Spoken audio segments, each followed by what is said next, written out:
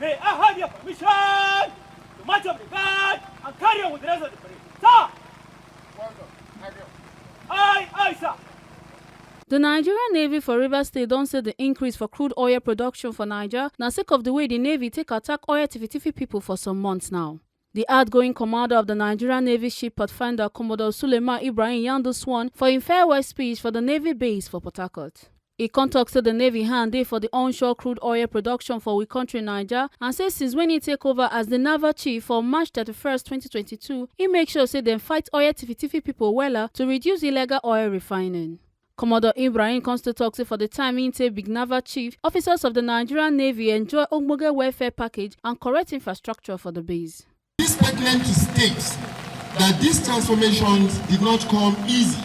However, they were key to the successes of the Nigerian Navy and in particular Nigerian Navy ship Pathfinder in its fight against illegalities within the maritime domain of Rivers State. The base was particularly instrumental in the increased onshore crude oil production with the effective support and escort provided during the alternative crude barging operations. This, of course, would not have been possible without the collaboration of the Navy and then the oil companies. I thank them for their support.